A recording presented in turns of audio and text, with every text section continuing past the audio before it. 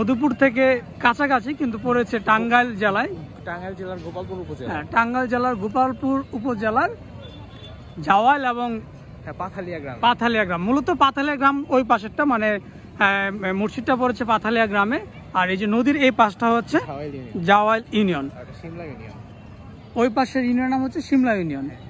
এর মানে 201 গম্বুজ বিশিষ্ট মসজিদটি পড়েছে সিমলা ইউনিয়নে এবং পাথালিয়া গ্রামে, সিমলা ইউনিয়নের পাথালিয়া গ্রামের। আর এই নান্দনিক কারুকার্য খচিত মসজিদটি নির্মাণ করেছেন জনাব রফিকুল ইসলাম এবং হুমায়ুন কবির। উদ্যোগ নিয়েছিলেন মূলত হুমায়ুন কবির, ওনারা মানে দুই ভাই।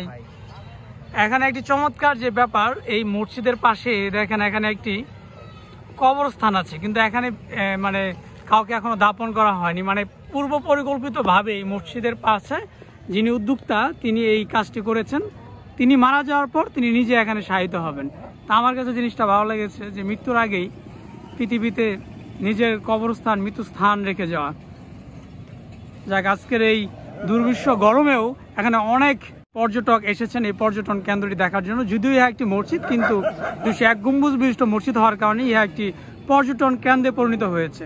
এবং পাশে যেহেতু একটি নদী আছে এবং গাছপালা, চমৎকার পরিবেশ, একটা ভ্রমণ পিপাসুদের জন্য এটা একটি সুন্দর পর্যটন কেন্দ্র হবে বা হয়েছে বলে আমার মনে হচ্ছে।